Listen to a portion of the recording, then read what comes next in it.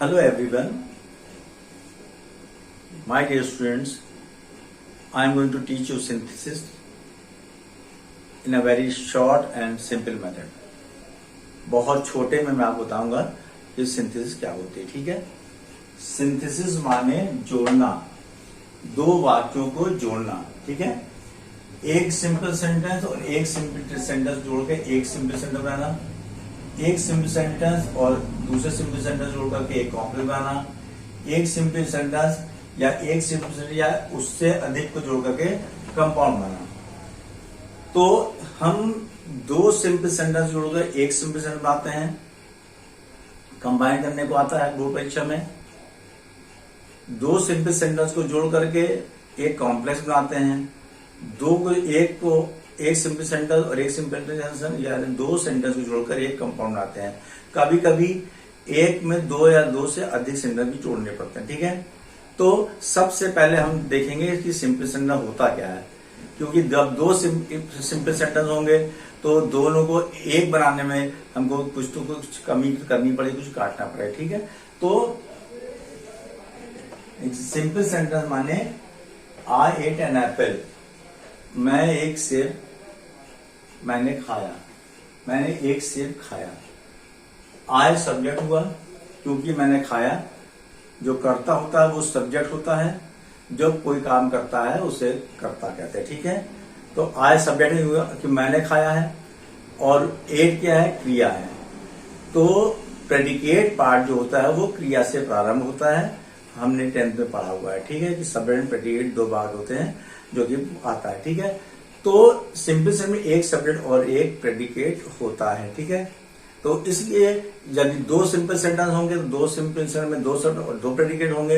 यदि हमको सिंपल बनाना होगा तो हमको क्या करना पड़ेगा, एक सब्जेक्ट और एक प्रेडिकेट को हटाना पड़ेगा, और एक सब्जेक्ट एक प्रेडिकेट को इस प्रकार रखना पड़ेगा कि वाक्य का अर्थ पूरा हो जाए, कुछ भी उसमें छूटने ना पाए। ठीक है, तो पहले देखेंगे सिंपल सेंटेंस क्या होता है। तो सिंपल सेंटेंस में क्या होता है, एक सब्जेक्ट और एक प्रेडिकेट होता है, एक मुख्य क्रिया होती है, और वो मुख्य क्रिया जो होती है वो कार्य को बताती है, और मुख्य क्रिया में टेंस, पर्सन और नंबर के अनुसार परिवर्तन होता है। तो इसको हम कहते हैं finite verb.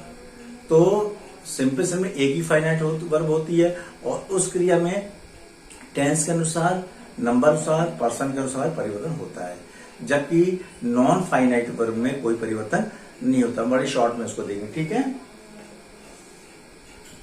I play football daily, मैं डेली फुटबॉल खेलता हूं। प्रेजेंट डेफिनेशन है, I played football in the morning, मैंने सुबह फुटबॉल खेला था। टेंस बदला तो प्ले क्या बन गया, प्लेड। इसलिए इसे यहाँ पे प्ले जो है ये फाइनाइट वर्ब है, क्योंकि इसमें परिवर्तन हो रहा है। Non finite, I want to play football, मैं फुटबॉल खेलना चाहता हूं, यहाँ भी प्ले का वर्ड हुआ है। I wanted to play football, मैं फुटबॉल खेलना चाहता था। यहाँ पर क्रिया प्ले में कोई परिवर्तन नहीं हुआ, जबकि यहाँ प्ले प्लेड बन गई है। तो इस प्रकार से सिंपल सेंटेंस में एक जो होती है फाइनाइट वर्ब होती है, मुख्य क्रिया होती है। तो इसलिए यदि दो क्रियाएं आती हैं, दो सब्जेक्ट और दो प्रेडिकेट होते हैं, तो एक क्रिया को हमें पार्टिसिपल में या इन्फिनिटिव में बदलना पड़ता है। ठीक है, तो फाइनाइट वर्ब को हम नॉन फाइनाइट बदलते हैं जेरेंट, पार्टिसिपल और इन्फिनिटिव की सहायता से। ठीक है, तो हम इसको आगे देखेंगे कि जेरेंट क्या होता है, पार्टिसिपल क्या होता है, इन्फिनिटिव क्या होता है, और सिंपल, कॉम्प्लेक्स और कॉमन में क्या अंतर होता है। ठीक है, तो 2 मिनट में मैं स्क्रीन को रोकूंगा, आप इसको नोट्स को उतार लीजिए। ठीक है,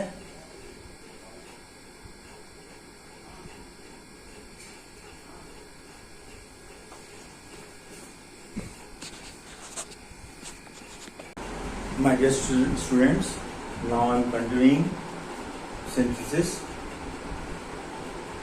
Let's see simple sentence. अभी मैंने आपको बताया था इंट्रोडक्शन में सिंथेसिस है, इसके पहले कि आई एट एन एप्पल, ये सिंपल सेंटेंस है जिसमें एक फाइनाइट वर्ब है, और फाइनाइट वर्ब क्या होती है, वो टेंस के और पर्सन के और नंबर से बदलती है। ठीक है, एक सब्जेक्ट और एक प्रेडिकेट होता है। इसलिए जब दो सिंपल सेंटेंस को एक सिंपल सेंटेंस बनाना है तो एक सब्जेक्ट को एक प्रेडिकेट को इस प्रकार से हटाना है कि उसका अर्थ ना बदले। ठीक है। अब कॉम्प्लेक्स सेंटेंस, कॉम्प्लेक्स सेंटेंस में दो क्लाउज होते हैं। सिंपल में कितना हो, एक क्लाउज, और कॉम्प्लेक्स में दो क्लाउज होते हैं। एक इंडिपेंडेंट क्लाउज होता है और दूसरा डिपेंडेंट क्लाउज होता है। ठीक है। और उसको हम लोग सबऑर्डिनेटिव कंजंक्शन से जोड़ते हैं, जो कि विच है, हम दैट का प्रयोग कर सकते हैं। आई एट एन एप्पल, ये सिंपल सेंटेंस हो गया, तो उसमें एक क्लॉज हुआ। विच यू गेव मी, ये सेकंड क्लॉज है।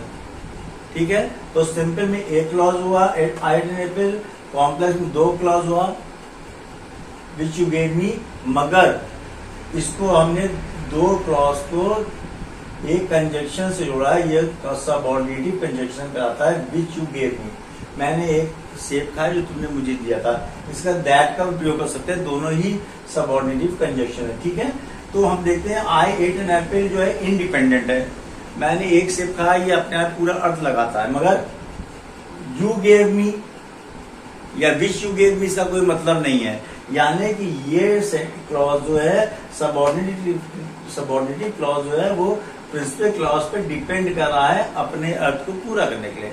इसलिए कॉम्प्लेक्स सेंटेंस में एक इंडिपेंडेंट क्लॉज होता है, एक डिपेंडेंट होता है। डिपेंडेंट क्लॉज का अर्थ अपने आप में तब तक पूरा नहीं होता जब तक कि हम प्रिंसिपल क्लॉज को इस्तेमाल ना कर ले, जोड़ न ले, उसके संदर्भ में ना जानकारी लें, जो कि इंडिपेंडेंट होता है। ठीक है।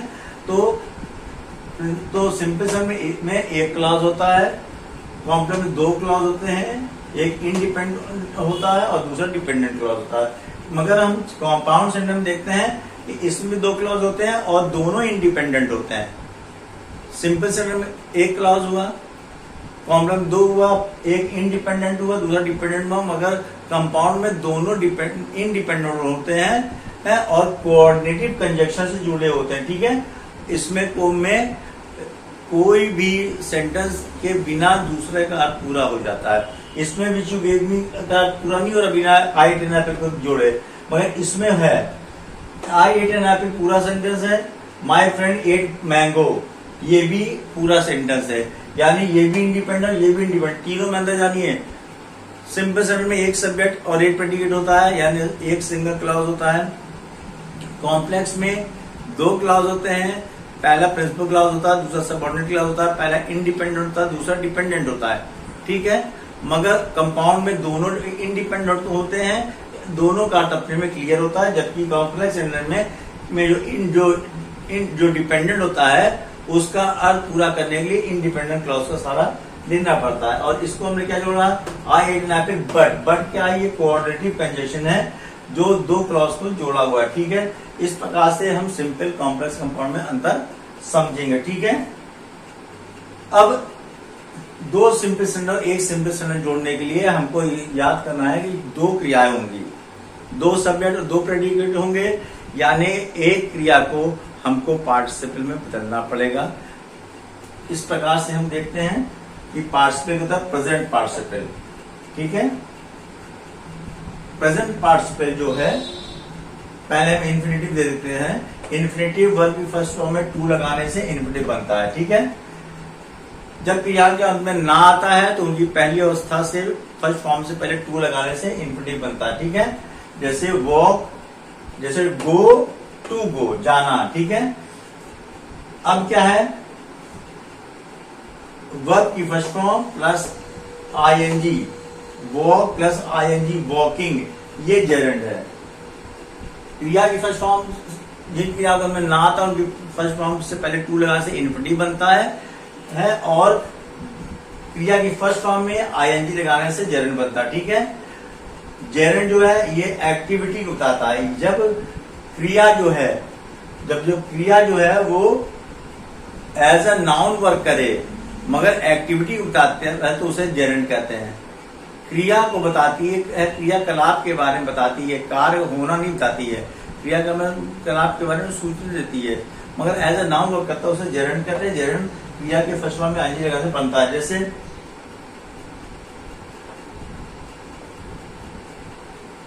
Walking, walking is a good exercise. Walking is very necessary to maintain health.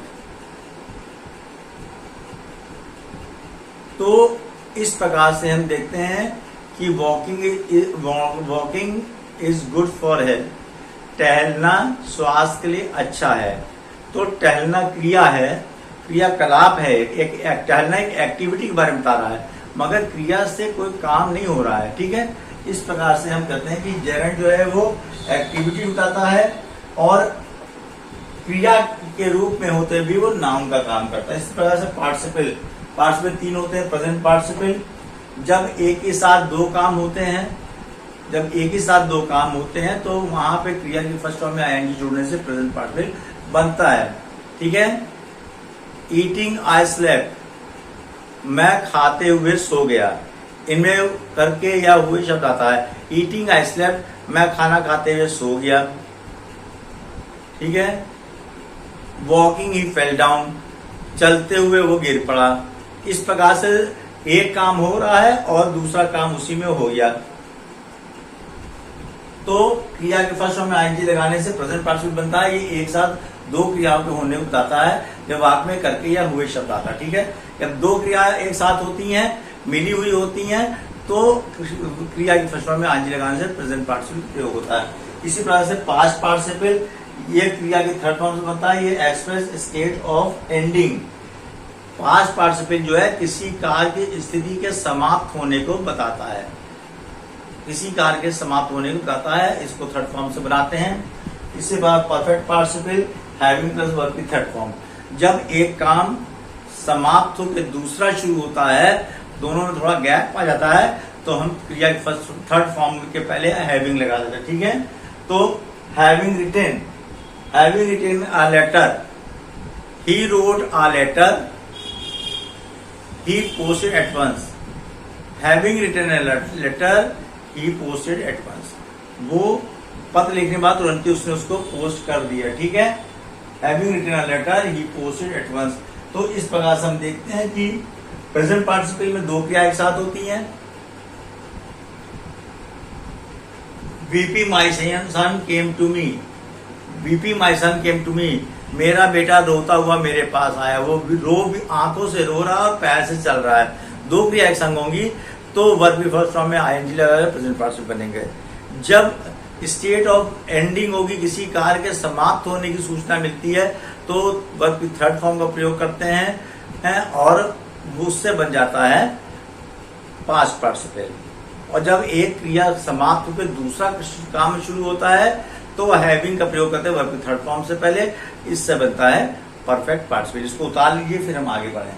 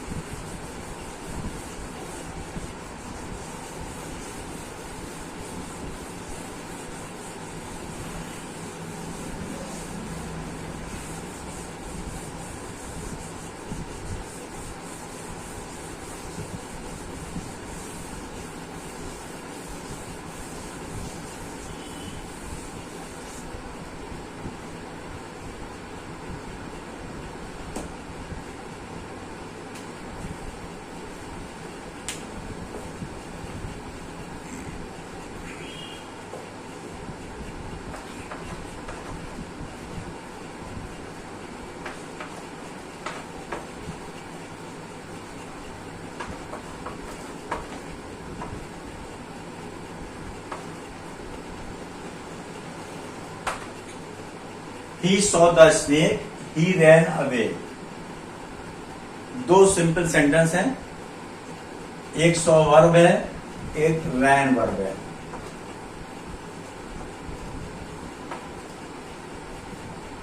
दो वर्ब हैं, दो सब्जेक्ट, दो सिंपल सेंटेंस को एक सिंपल सेंटेंस बनाना है, तो एक सब्जेक्ट और एक ही प्रेडिकेट हमको चाहिए. यानी एक ही फाइनाइट वर्ब चाहिए, ठीक है।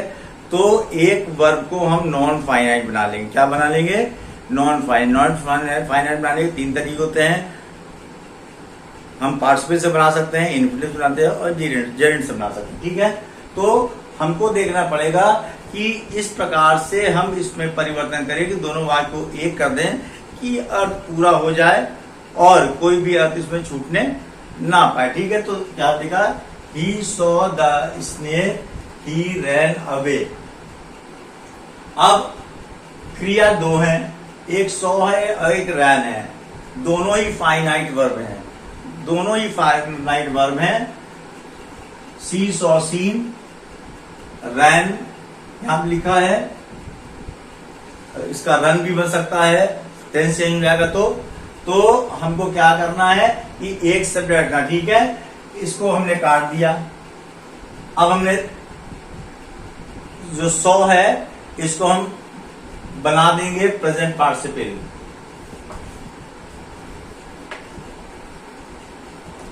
Seeing the snake, seeing the snake,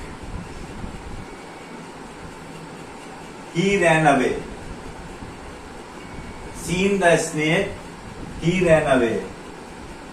तो क्या बन जाएगा ये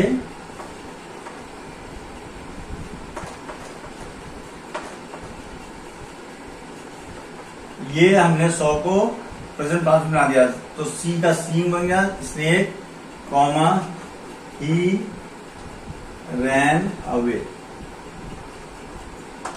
seeing the snake he ran away, ही छोटा हो जाएगा क्योंकि कॉमा लगा है वहां पर, वहां का प्रारंभ नहीं होगा। Seeing the snake he ran away. तो ये हो गया, इसमें एक ही फाइनाइट है, ये हो गया सिंपल सेंटेंस।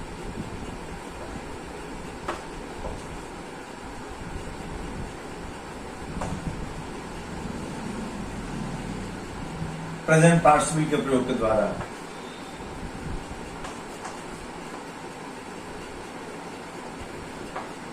ये प्रेजेंट पार्टिसिपल का प्रयोग बनाया। Past participle,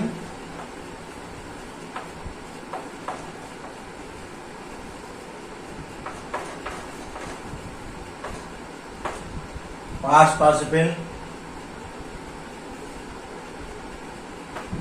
I found my cycle,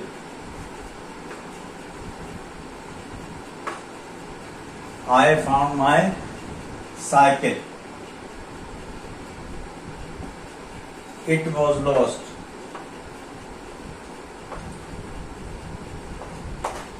I found my cycle. It was lost. Found माने पाना, lost माने खोना।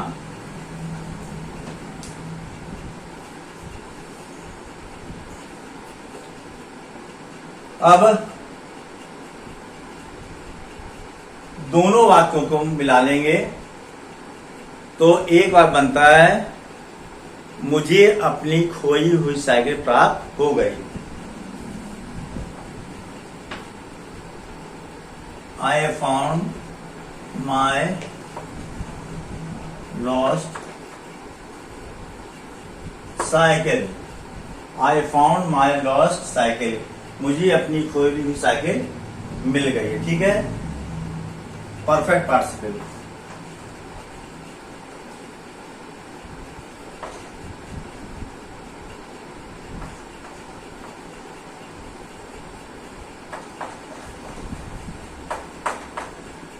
हैविंग का प्रयोग करते हैं वर्ब की थर्ड फॉर्म से पहले, ठीक है।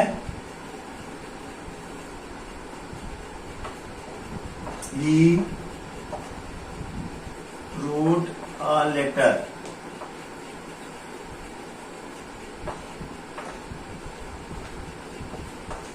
He posted at once.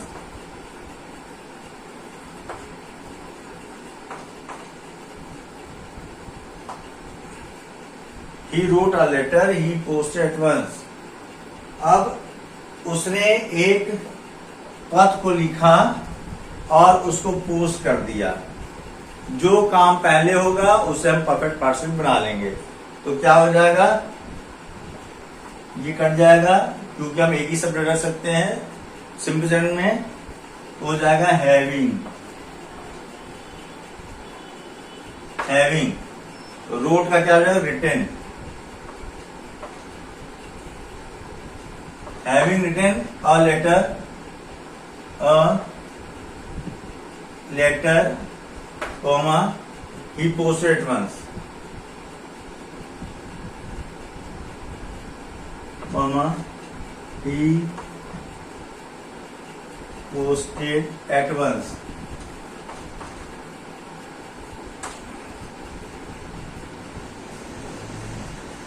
हमने ही को काटा,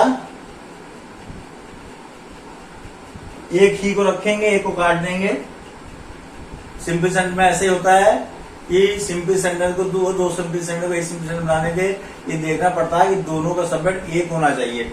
ये भी है कि ये भी है, हमने ही को काट दिया, रोड को रिटर्न कर दिया, वर्ब था इसमें हैविंग लगा दिया, हैविंग रिटर्न लेटर हो गया, कॉमा लगा दिया यहाँ पर। ये ही जो था इसको छोटा बना दिया, posted at once. Having written a letter he posted at once, ये परफेक्ट पार्टिसिपल का प्रयोग हो गया।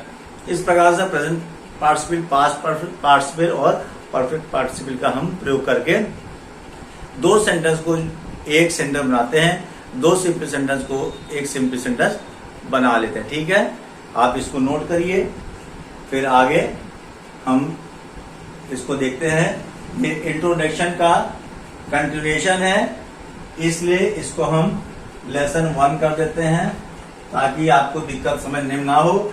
अभी हम आपको जेरेंट और इंफिनिटिव पढ़ाएंगे, उसको हम लेसन 2 कर देंगे ताकि पढ़ने में आपको खोजने में दिक्कत ना हो। ठीक है, इसको उतार लीजिए, इससे पहले मैं इसको मिटाऊं।